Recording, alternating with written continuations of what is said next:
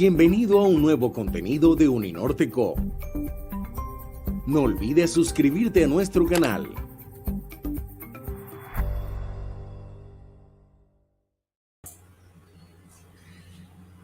Pero muy buenas tardes, tengan todos ustedes. Este miércoles 1 de septiembre les damos la más cordial bienvenida, siendo las 4 en punto de la tarde, para dar inicio a esta conversación con nuestro rector, Adolfo Meisel Roca, sobre el nuevo libro que nos acompaña en el programa El Poder de la Lectura en la Universidad del Norte. Soy Lucía Bendaño y los estaré acompañando durante ese tiempo para poder seguir compartiendo lo que este libro que nos trae este semestre tiene en sus letras y nos pone a reflexionar, no solamente con las letras propias del libro, sino también con nuestro propio entorno. Quiero darle la bienvenida a nuestro rector, doctor Adolfo Meisel. Bienvenido.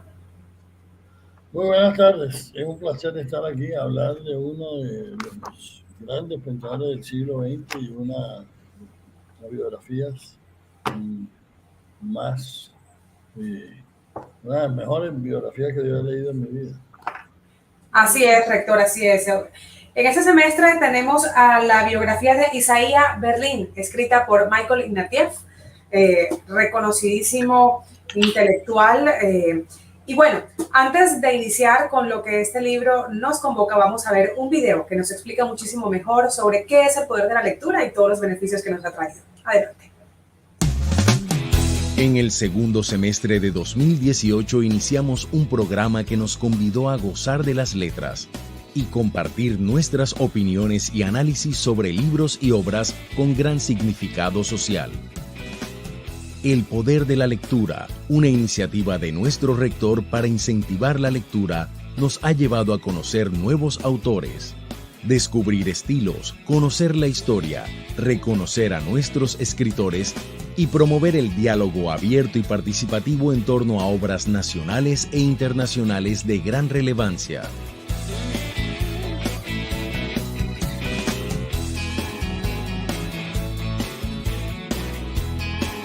Llegamos a la séptima edición del programa con una magnífica biografía que refleja la vida de uno de los autores más singulares del siglo XX, Isaiah Berlin.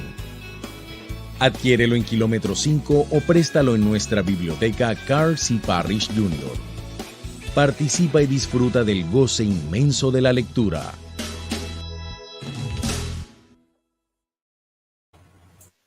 Bueno, muy bien, ahí teníamos las generalidades de nuestro programa El Poder de la Lectura. Tuvimos, de hecho, en el primer semestre La llamada de la tribu de Mario Vargas Llosa, y ahora tenemos a Michael Ignatieff con la biografía de Isaiah Berlin. Pues Michael Ignatieff, ensayista, académico, expolítico canadiense, que además estuvo, bueno, ha consolidado su trayectoria profesional en la Universidad de Harvard.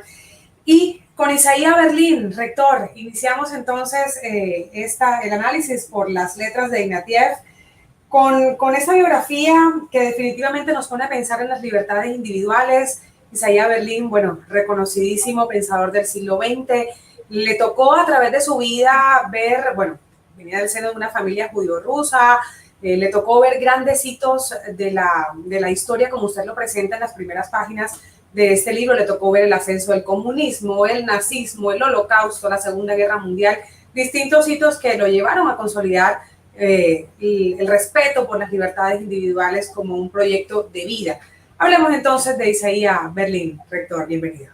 Sí, bueno, quisiera primero decir que esta es una biografía, una biografía inmensa, un trabajo de años de investigación de un gran historiador canadiense, Michael Ignatieff, a quien ahora me voy a referir.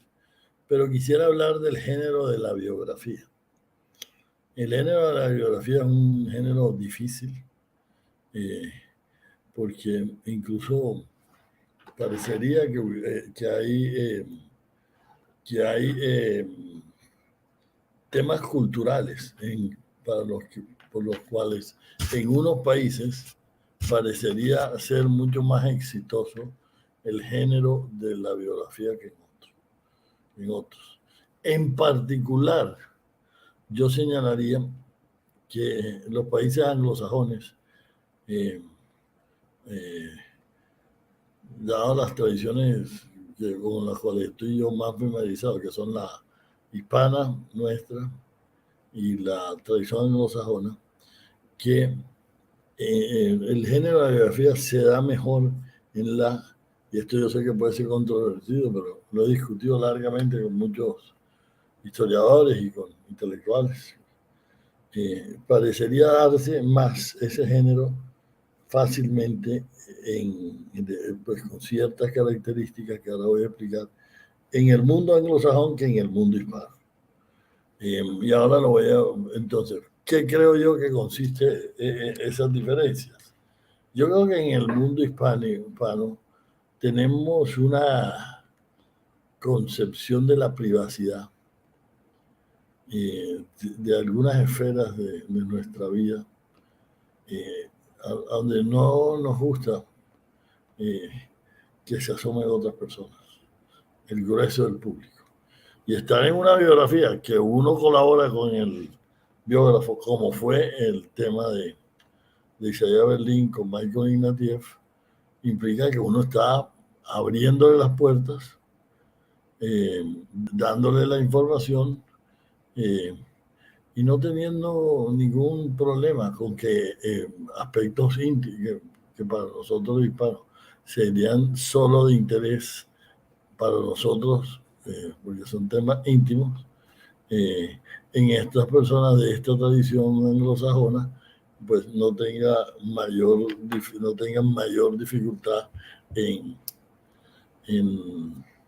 mostrarlos. Por lo tanto, están dispuestos a dejar los grandes personajes sus cartas, sus diarios, sus diferentes comunicaciones para la posteridad, para que la posteridad la escuadriñen, la utilicen, la miren y la usen los biógrafos. Diferente eso en nuestro medio. Pongo un solo ejemplo. Tal vez el político más importante del siglo XIX colombiano, Rafael Núñez. Si excluimos la generación que hizo la independencia, Rafael Núñez fue el político más influyente del siglo XIX colombiano. Y de lejos, el político más influyente que ha dado el Caribe colombiano en toda su historia. Y Núñez, que vivía al frente del mar en una casa quinta, decían en esa época, una casa que era la única que había en las afueras de Cartagena, de la Cartagena amurallada. Él vivía en el Cabrero y era la única casa que había en el barrio del Cabrero en esa época. Y era al frente del mar. Y él, unos pocos años antes de morir, mandó a botar toda su correspondencia, todos sus archivos personales al mar. Entonces,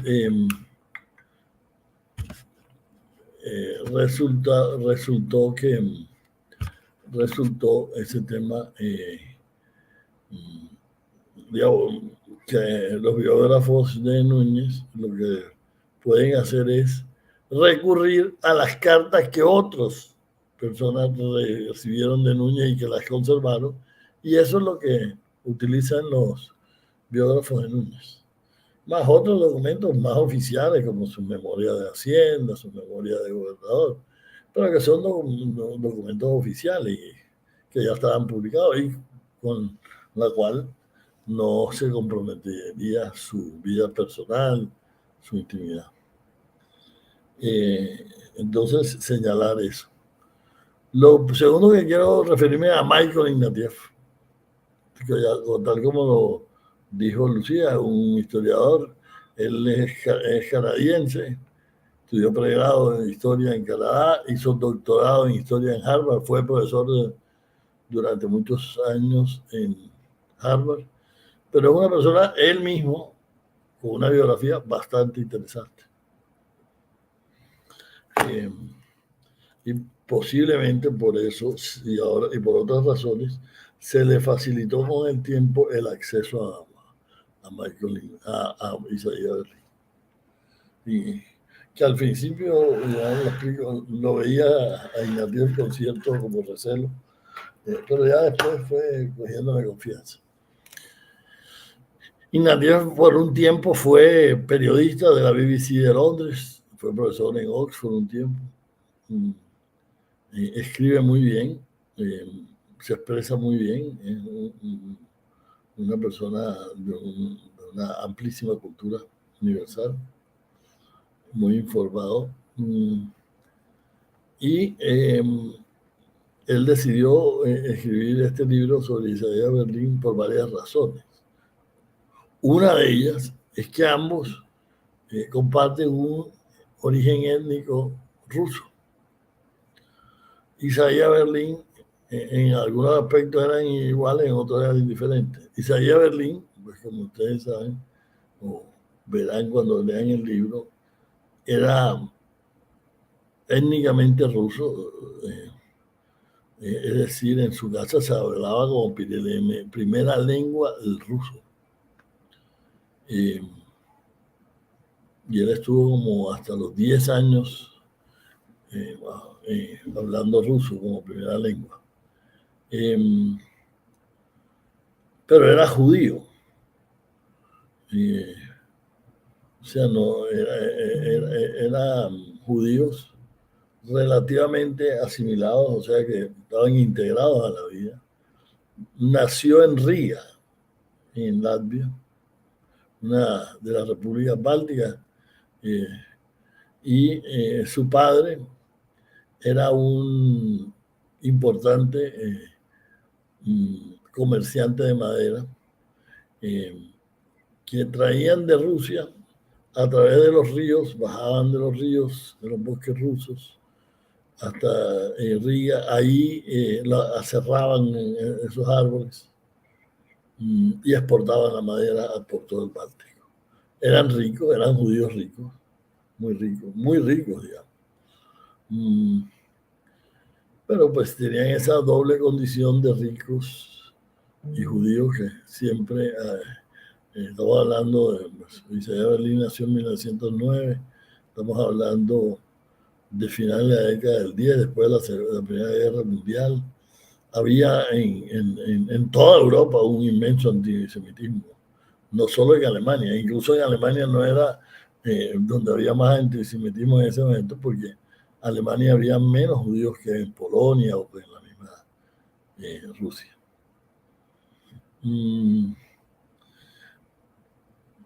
Su familia decide mudarse de Riga a San Petersburgo a comienzos de la década del 10. Le toca, los coge la revolución bolchevique y salen hacia, y bueno, cuando él dice que él recordaba haber visto soldados pasando, los bolcheviques disparando, por un lado, por otro lado, corriendo los soldados, etc. O sea, él vio algo de la ventana de su apartamento, vio algo de la acción de la Revolución Rusa. Y la familia, en razón de eso, inmediatamente el papá vio un ambiente complicado. El papá era muy pro Inglaterra, tenía algunos negocios con ingleses, entonces emigraron hacia Londres. Y ahí llegaron a Londres, donde él terminó su escuela secundaria. Entonces, fíjense, esto es una cosa cultural interesante que a mí me parece más atractiva de Isaiah Berlin. Ruso y, digamos, siempre muy compenetrado culturalmente con las grandes tradiciones rusas, la gran literatura rusa, gran conocedor de la obra de Dostoyevsky, por supuesto, de Tolstoy, pero también de los escritores más contemporáneos. Judío, no practicante, pero sí metido, digamos que era un judío cultural. Se consideraba de la tradición cultural judía celebraba las fiestas judías, pero no con mucha religión, no porque fueran fiestas religiosas, sino porque lo veía como una expresión cultural. Sionista, tempranamente fue sionista, o sea, defensor del Estado de Israel para los judíos. O sea que va a combinar, y luego se forma en Inglaterra y está metido en la tradición intelectual inglesa, en filosofía, que es lo que él estudió cuando va a Oxford, y después se quedó en Oxford de profesor toda su vida, casi toda su vida. Entonces combinaba tres tradiciones: la rusa, la judía y la inglesa, y las combinaba sin fricciones, digamos. El hecho de ser muy judío en Isaías Berlín no entraba en contradicción con su ser ruso ni con su ser inglés. Entonces, y estaba como orgullosamente entroncado en esas tradiciones culturales. Eso le da algo yo creo que una singularidad intelectual y cultural. Y ahí viene una de las razones para que inicialmente le tuviera un poco de desconfianza a Ignatieff y luego pues ya pudiera digamos, hacer clic con Ignatieff y entenderse bastante bien con Ignatieff. Michael Ignatieff era canadiense, pero su abuelo pertenecía a la alta aristocracia. Su familia paterna y materna era de la alta aristocracia. No, su familia materna era de la alta aristocracia rusa. Su abuelo fue el último ministro de educación de la Rusia zarista. O sea, el último ministro de educación que hubo antes de la revolución era el abuelo de Michael Ignatieff.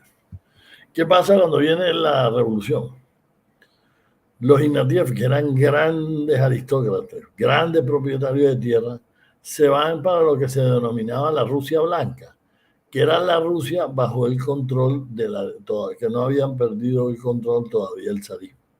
O sea, hay una parte de Rusia, la Rusia Roja, ya dominada por Lenin y los marxistas, y hay una parte que no controlaba los bolcheviques, que es lo que se denomina en la historiografía la Rusia Blanca. Y se fueron para una parte de la Rusia Blanca porque ellos allá tenían grandes propiedades y vivieron un tiempo, por lo menos unos meses, en completa calma. Sin embargo, la cosa se empezó a poner complicada, ya cada vez venían más cerca los bolcheviques y los Ignatieff tomaron la decisión de irse de Rusia, porque si los hubieran cogido, los hubieran fusilado por aristócratas. Se quedó solo un tío político. No, un hermano del papá. A pesar de que era aristócrata, se quedó porque estaba con la revolución y había sido militar, y de hecho fue el que entrenó a las nuevas generaciones de oficiales rusos. Entonces emigraron, se salieron de Rusia, se fueron para París estoy escapando, vía Turquía, vía Estambul. ¿Por qué a París? Porque el abuelo tenía una plata que le habían pagado de algún negocio y las tenía ya en París. Entonces llegaron a París, todo bien, pero la plata se fue acabando. Y cuando la plata se acabó, los tíos mayores de Michael Ignatieff emigraron al Canadá de leñadores. Esto era unos aristócratas rusos que medían como 2 metros. Y se van al Canadá de leñadores. O sea, el trabajo más duro que uno se puede imaginar. Pero para los cuales estaban bien dotados por su estatura, por su corpulencia. El padre de Michael Ignatieff era de los menores y ya la familia estaba un poco mejor económicamente.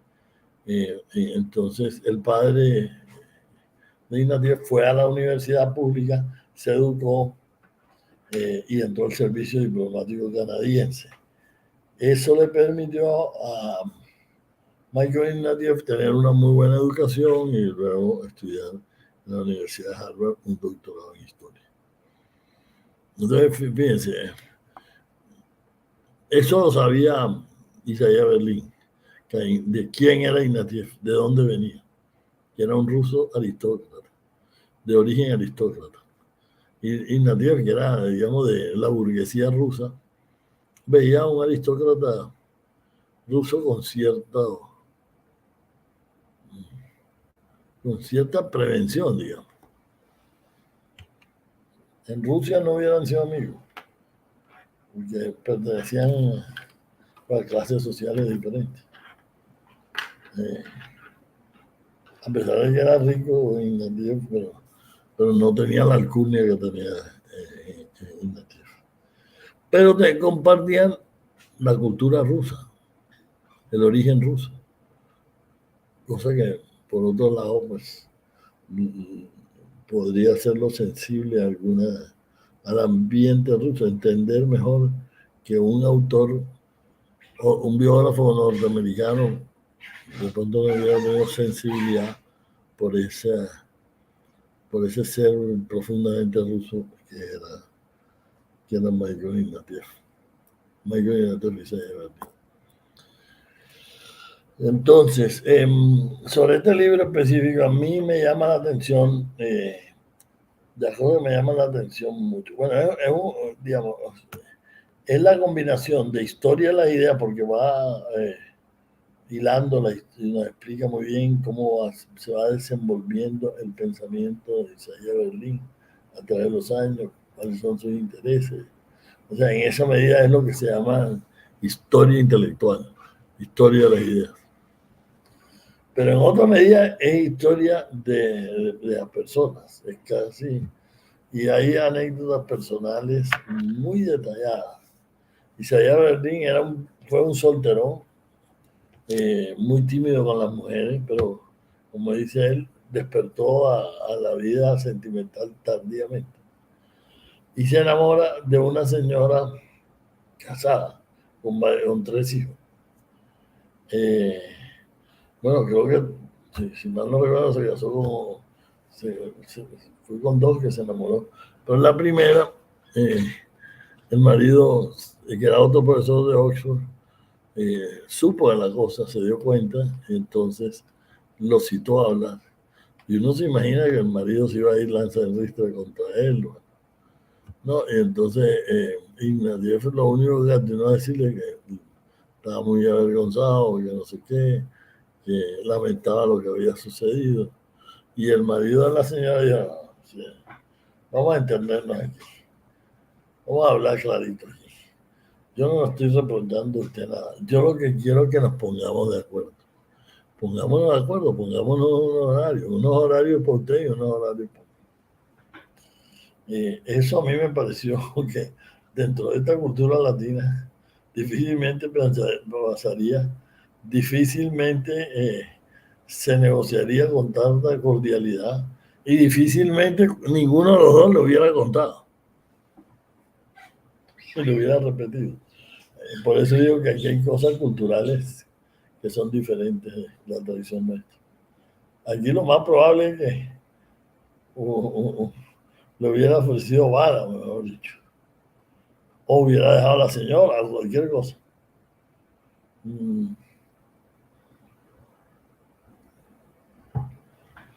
Entonces, o si hubiera sucedido esa escena, pues hubiera quedado ahí entre los dos y no iba a salir en un libro contado después.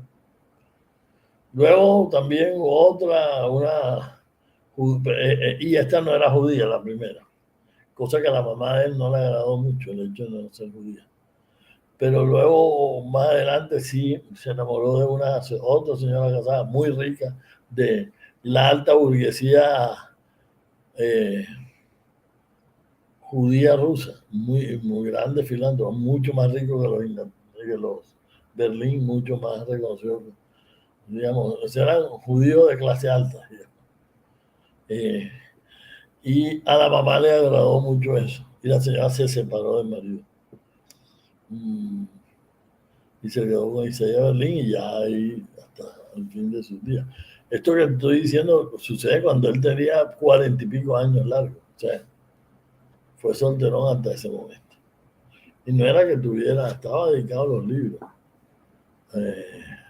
a leer, bueno, pero no era un antisocial, él socializaba mucho, y le gustaban las fiestas, y era gran conversador. Entonces, bueno, ya he mencionado eso. Entonces, ¿por qué es importante Isaías? Esto a mí me parece interesante sociológicamente, digamos. El libro permite ver eso. Con respecto a su profundo sentimiento ruso, lo ilustro con eso. Conocía la gran literatura rusa del siglo XIX, o sea, los grandes novelistas, Tolstoy,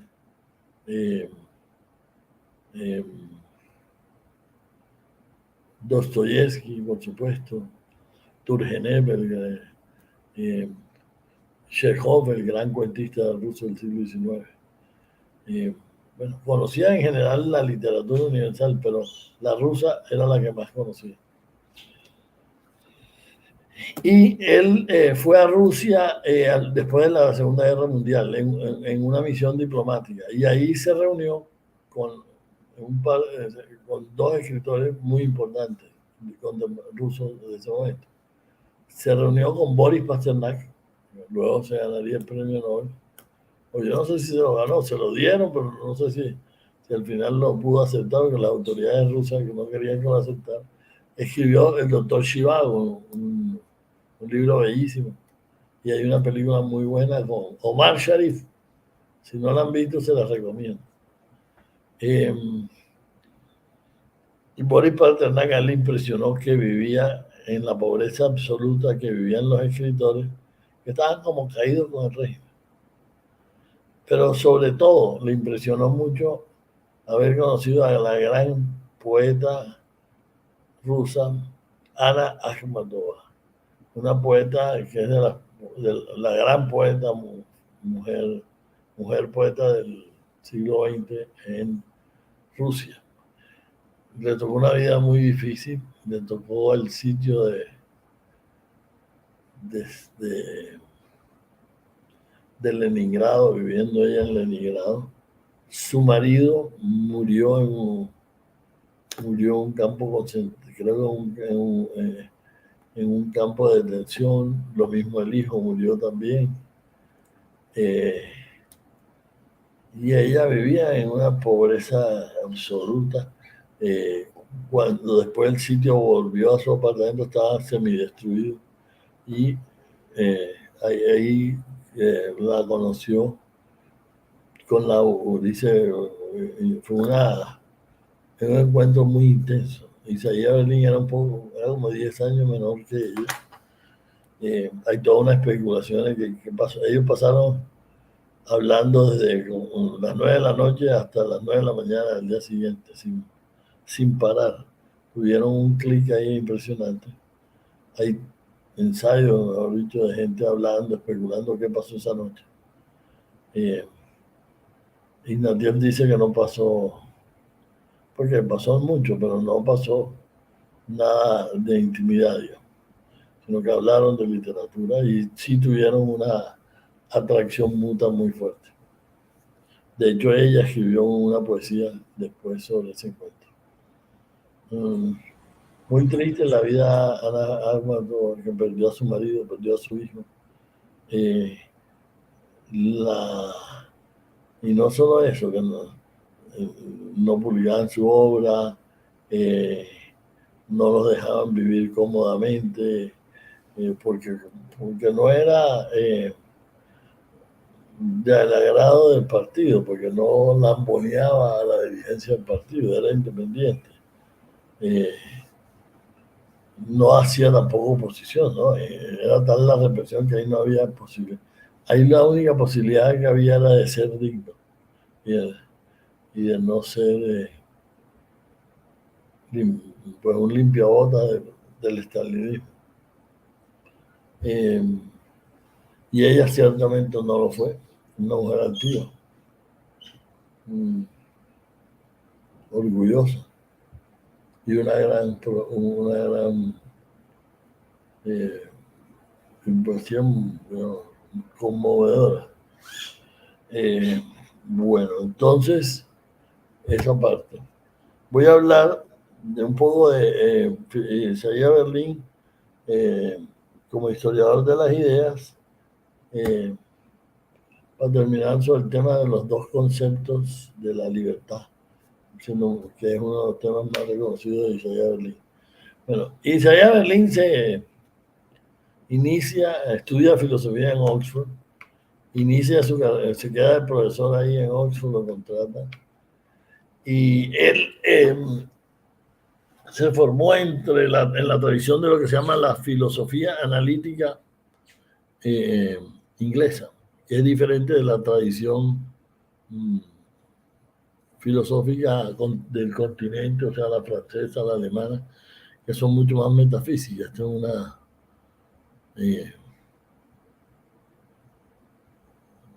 es una filosofía, pues, que va a analizar los sistemas de argumentación, cómo conocemos, etc. No tanto preguntas más generales como qué es la vida, qué es el ser, o qué es el tiempo.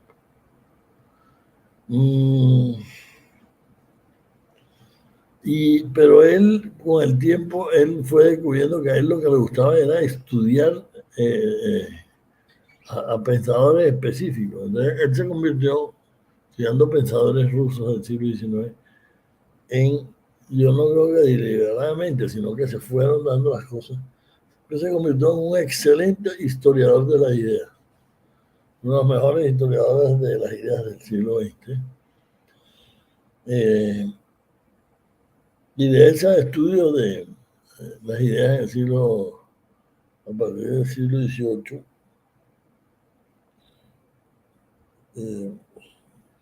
se está haciendo un libro.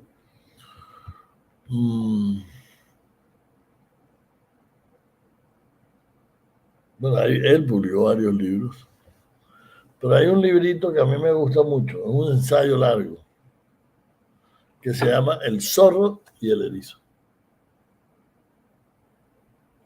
Ahí lo pueden ver, El zorro y el erizo. Se ve como pixelado, pero el zorro no, El zorro y el erizo. Entonces, eso viene, el tema del zorro y el erizo viene de Archiloco, que es un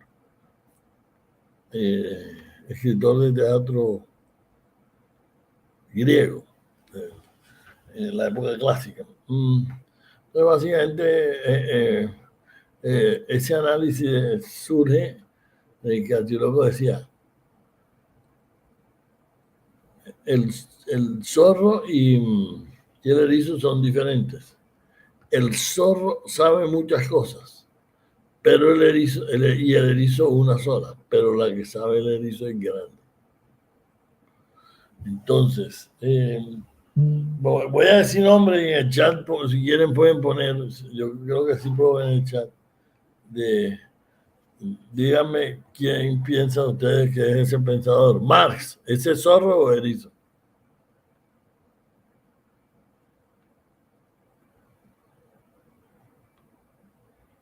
No hay nadie ahí que conteste. Ajá. Están pensando, Rector, están pensando.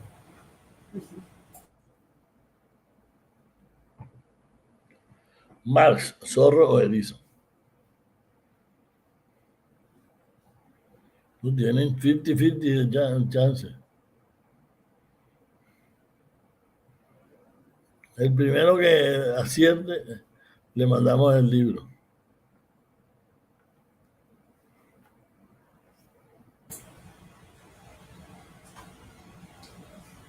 Todavía están concentrados en la historia de la poetisa.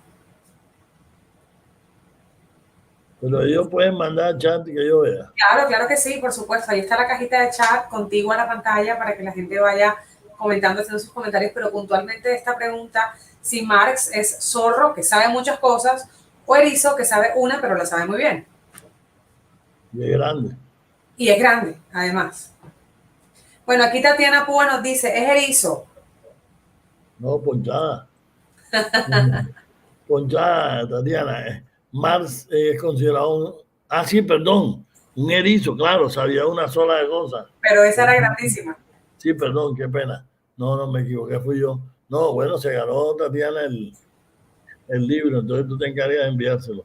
Sí, señor. No, Marx es erizo puro. Ahora les tiro unas más difíciles.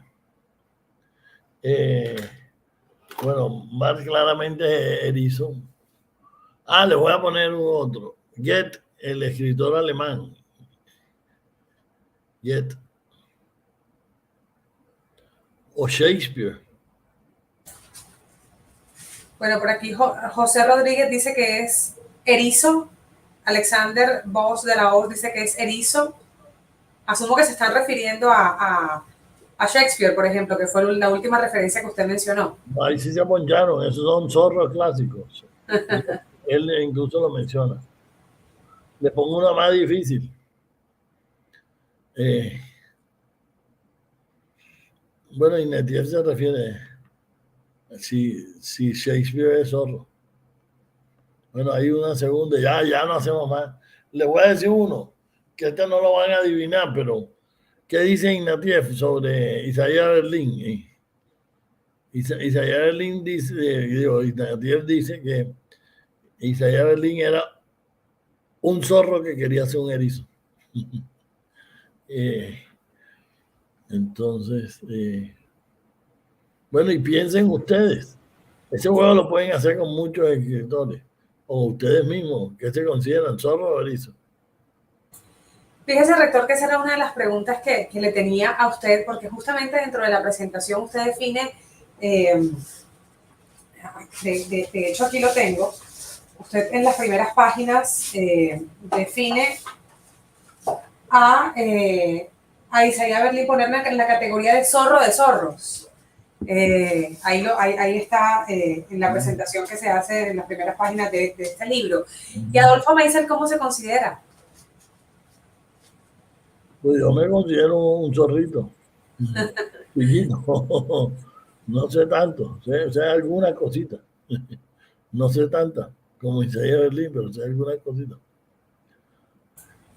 Esa teoría del zorro y el erizo, cuando hacíamos el análisis de la llamada de la tribu, de la tribu de Vargas Llosa, era sobresaliente cuando lo analizábamos, por ejemplo, con Jean-François Revel o con Raymond Aron. Y volviendo un poco, rector, digamos cronológicamente, al análisis que usted hacía, refiriéndose puntualmente a la biografía o al género de la biografía como tal, sí, efectivamente, hacer una biografía es muy difícil, como periodista es muy difícil. De hecho, hay biografías autorizadas, hay biografías no autorizadas, justamente porque cuando el biografiado está vivo o está viva, puede que le gusten a partes de su vida o que los quiera mostrar o no. Puntualmente, Ignatieff es muy detallista, suele explicar mucho las anécdotas, detalles, digamos, tener en cuenta puntos muy especiales como para permitir que el lector recree muchísimo más lo que nos está contando.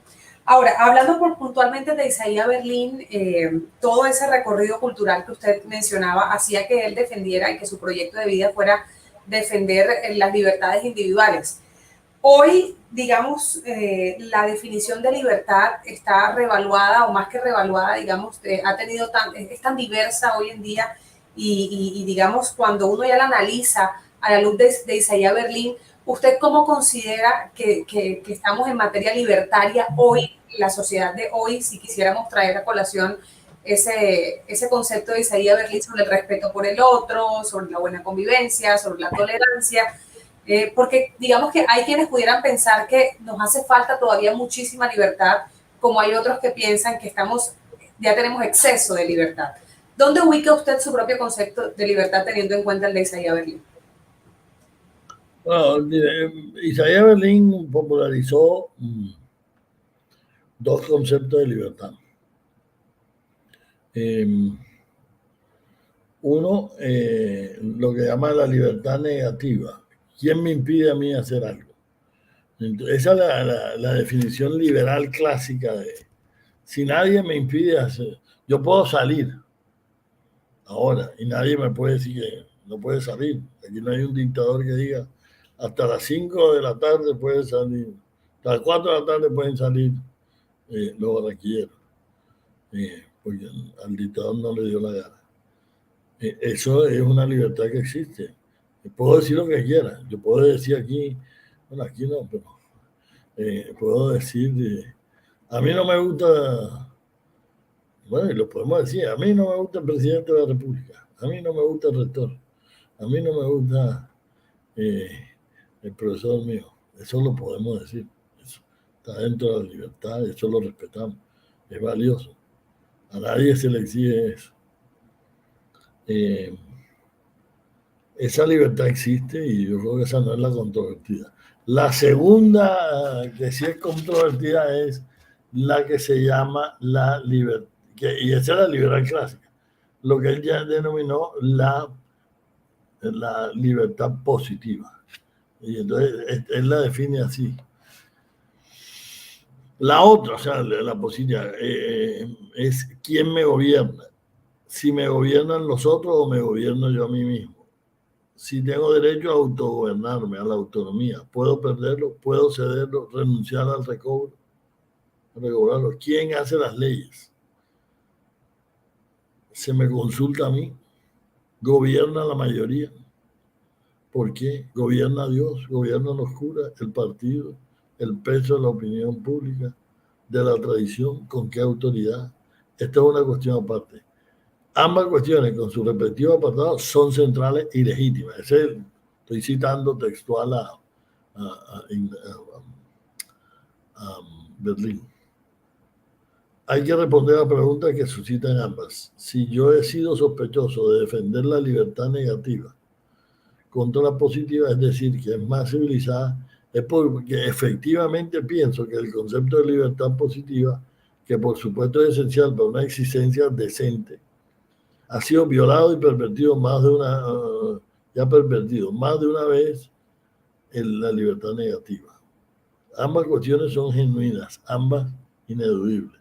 Y la manera de enfrentarlas determina la naturaleza de una sociedad liberal o autoritaria, democrática o despótica. Sobre esto, George Orwell ha escrito cosas excelentes. Hay quienes dicen: nosotros expresamos vuestros deseos reales.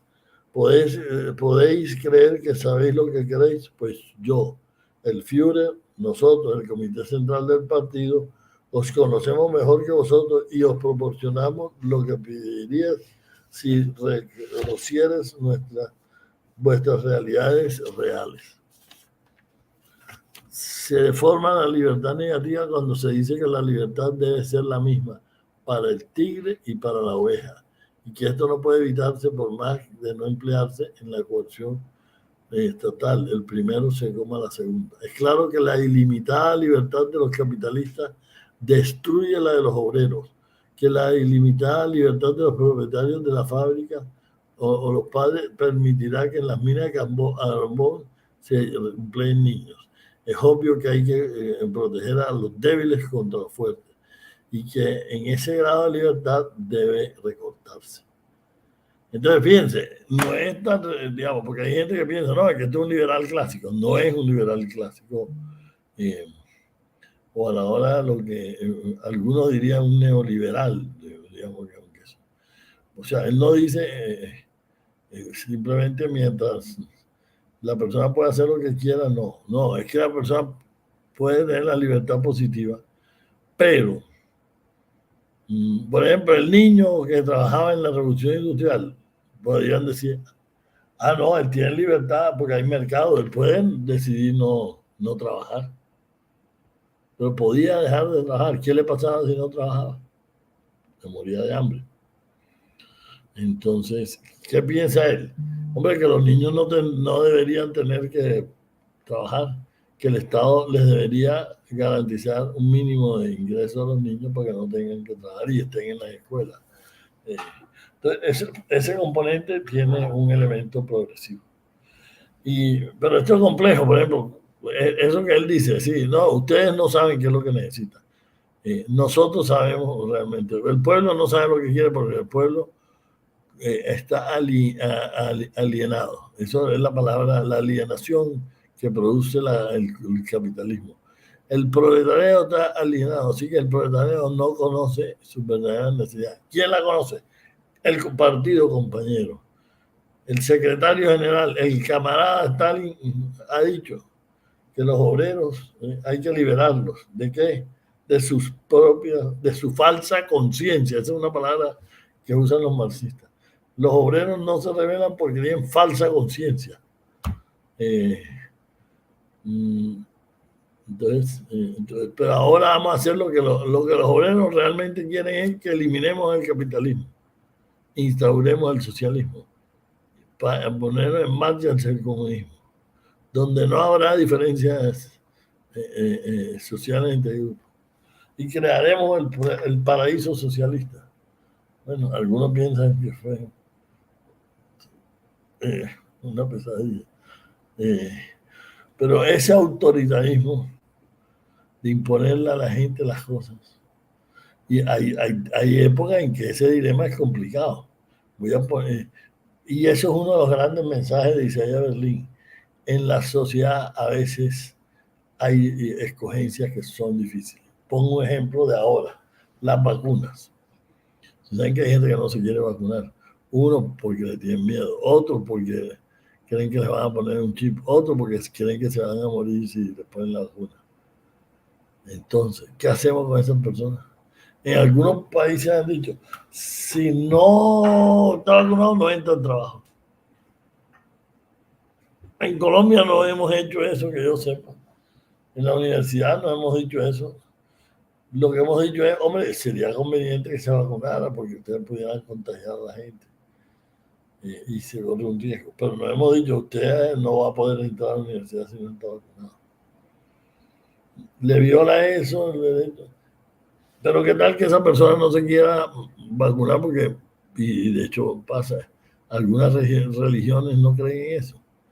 Entonces, si tiene una convicción profunda, ¿quién viola los derechos ahí? ¿El que no se pone la vacuna por su convicción religiosa o nosotros si le impusiéramos la obligación de ponerse la vacuna porque pone en riesgo a otras personas, obviamente a sí mismo? Pero el programa no es a sí mismo porque él puede escoger ponerse en riesgo a sí mismo, eso es de la libertad individual, pero si puede contagiar, pone en riesgo a muchas otras personas. Ese es un dilema que no se soluciona. Ahí no podemos hacer un concurso. ¿Quién tiene la respuesta? ¿La A o la B? No, ahí no hay respuesta correcta. Es un dilema, es complejo. Así es. Tenemos ahí en la cajita de chat, se está rifando un último ejemplar. Ahí están nuestro equipo de comunicaciones rifando un último ejemplar de esta biografía de Michael Ignatieff de Isaiah Berlin. También voy a aprovechar, rector, para hacer un anuncio que me parece también pues, muy importante y estaba también para este evento. El Centro de Escritura ECO va a realizar para 15 estudiantes una dinámica planteada que consiste en llevar a cabo 3 sesiones cuyo eje central será esta lectura recomendada de este semestre, Isaiah Berlin, justamente para fortalecer el análisis y el desarrollo del formato de la biografía. Así que el Centro de Escritura ECO va a realizar esta actividad de 3 talleres para fortalecer mucho más la dinámica de la biografía a través de, como ya les decía, 3 talleres para máximo 15 estudiantes. Esto, pues por supuesto, justamente hace que le demos mucho más dinamismo a nuestro programa El Poder de la Lectura. Sí, hago hincapié también, rector, en lo que usted mencionaba de la parte social de Isaiah Berlin. De hecho, él mismo se cuestionaba, lo dice Ignatieff en el libro, se cuestionaba de todos los espacios sociales en los que él participaba, porque también decía, bueno, pero ¿y esto al final qué? ¿A dónde me lleva? Él participaba de todo porque no era un hombre asocial ni más faltaba, sino que como usted lo mencionaba, él era bastante participativo de todos esos espacios. De hecho, voy a parafrasear voy a citar mejor a Ignatieff cuando dice que Isaiah Berlin se define como soy un taxi intelectual, la gente me para y me pide un destino y allá que vamos. Entonces se definía a sí mismo Isaiah Berlin según lo que cuenta acá Michael Ignatieff. De hecho, dentro de esta biografía, como lo mencionábamos hace un momento, todo el nivel de detalle es bastante profundo, y una de las anécdotas que se reseñan en este libro es justamente la de una de las estudiantes de Berlín, en la que ella decía que en alguna ocasión, escribiendo un ensayo, Berlín, señalando una gran biblioteca, le decía, no hay nada que pueda denominarse como los derechos naturales. Se ha escrito muchísimo sobre derechos naturales, pero todo eso es serrín. Mejor vete a tu casa y piensa, váyase a su casa y piense. Hoy, como docente, esta pregunta básicamente para los docentes y también los estudiantes que nos están viendo, usted como docente, por ejemplo, ¿cree que a esta nueva generación le hace falta más pensar o leer? Yo creo que le faltan las dos, a todos nos faltan siempre las dos. Miren, la base, la lectura es una forma de pensar, de ampliar el horizonte. La buena lectura implica reflexión también.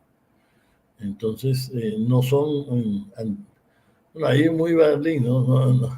Ahí no es lo uno o lo otro, sino los dos.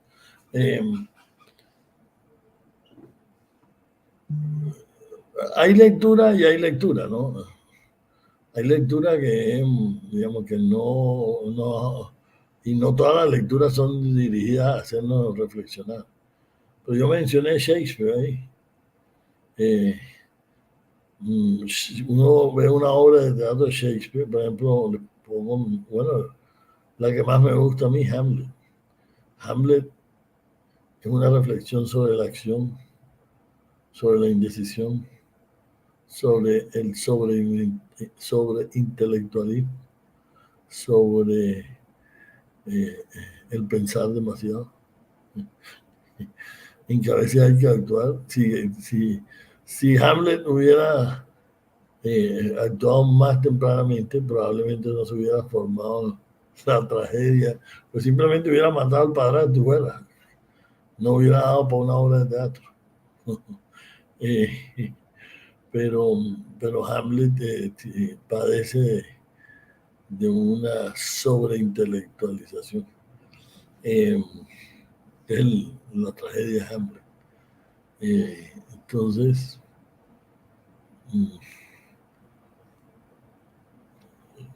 la buena lectura nos invita a reflexionar todo el tiempo. Los grandes clásicos. Y no hay una respuesta, ¿no? No hay una respuesta. Yo di una interpretación un poco simplista de Hamlet. Hamlet, si lo hubiera asesinado en el capítulo 1, ahí se acababa el problema. Pero la lectura tiene la capacidad de hacernos vivir muchas vidas que no hubiéramos podido vivir en corto tiempo. Por ejemplo, hay gente que dice, no, pero es que leer novela eso no sirve para nada. A mí me gusta leer son libros de historia. Yo, de hecho, en alguna época, una parte de mi vida no leía novelas. Me gustaba más leer historia. Pero es que, ¿cuál es la materia prima de la novela? La materia prima de la novela es el ser humano. Eso es lo que estudia la novela. El ser humano, y el teatro también, la literatura. El alma del ser humano, su comportamiento, sus dudas, sus problemas. Ausculta el alma humana, que es tan compleja. Eso no lo podemos lograr en un tratado de sociología sobre el alma humana. o en el curso de, bueno, no sé, economía del alma humana. Maximicemos aquí esta función de bienestar sí, a lo largo de la vida. No, uno es, digamos, desenvolverse los personajes, sus problemas, exagerados a veces no. Y nos hace, digamos, ver muchas vidas. Es como si viviéramos la vida de otra persona y nos hace reflexionar sobre muchas cosas o sobre un problema específico. Sobre los dramas éticos que vive a veces la gente, que no son decisiones fáciles. En la guerra, en Berlín le tocó vivir en la guerra. Y Pasternak le dio a él la novela El Doctor Zhivago para que la llevara a Occidente y le colaborara para publicarla. Y él le dijo a Pasternak que no hiciera eso, que no la mandara. ¿Y por qué le dijo a Pasternak que no lo hiciera? Porque a él le daba pánico que Pasternak lo iban a perseguir, y sabiendo cómo perseguían los rusos los intelectuales, mandándolo a Siberia, una muerte allá en Siberia, alguna cosa. Y Pasternak se molestó con él, y él finalmente lo hizo. Pero si uno está en esa situación, ¿qué le dice a Pasternak? No, Pasternak, puede ser como buena la novelita, pero a ti te van a mandar, tienes chance que te manden para Siberia, o te vengan y te desaparezcan, o te metan en un calabozo 5 años. Yo no quiero que a ti te pase eso. Un dilema difícil, pero lo otro tiene una gran obra, eso es tu vida. ¿Cómo le dices tú que no publiquen una gran obra? Entonces, es complejo. Es complejo. Vamos, bueno, no, sí, todas las grandes novelas siempre hay unos dilemas éticos complejos. Bastante complejos. Bastante complejos, rector. Ha sido una hora en la que hemos conversado, ya larguita, una horita ya, en la que hemos conversado sobre Isaiah Berlin. Debemos ir cerrando, se nos acaba el tiempo. Pero bueno, con esta última pregunta de si leer o pensar, nos vamos también muy a lo Berlín, ¿no? Un poco de una, un poco de la otra, como usted lo mencionaba. Rector, muchísimas gracias por habernos acompañado en este espacio. Ya me decía una última cosa, pero leanse el libro. Claro. Yo soy mal abogado de Berlín. Eso es un libro maravilloso que les va a gustar. Y cómprenlo en Kilómetro 5, que está a muy buen precio, a casi mitad de precio que vale en una librería comercial. Así es, está. Sí, señor, le escuchamos. No, di el precio y que el envío a domicilio es gratis y todo eso. Ahí lo tenemos también en nuestra librería Kilómetro 5 y también lo pueden adquirir vía web. Es un libro que está a muy buen precio. Creo que está en 39.900, si no estoy mal. Así que bueno, tal cual como lo decía el rector, es un precio bastante competitivo y es una obra maravillosa, de verdad que es una obra maravillosa que nos hace recorrer la vida de Isaiah Berlin, pero con un anecdotario también interesante. Rector, muchísimas gracias por habernos acompañado en este espacio, a todas las personas que nos acompañaron también, a los ganadores de los libros, disfrútenlo también de verdad y animen a todas las personas que están a su alrededor también a que lo lean, a que lo compren y a que lo disfruten. Esta es la obra del poder de la lectura de este segundo semestre del año, de nuestro 2021. Así que nada, soy Lucía Bendaño y estaré acompañándolos en nueva oportunidad. Un abrazo para todos, feliz tarde. Los siguientes contenidos de Uninorte.co te pueden interesar. No olvides suscribirte a nuestro canal.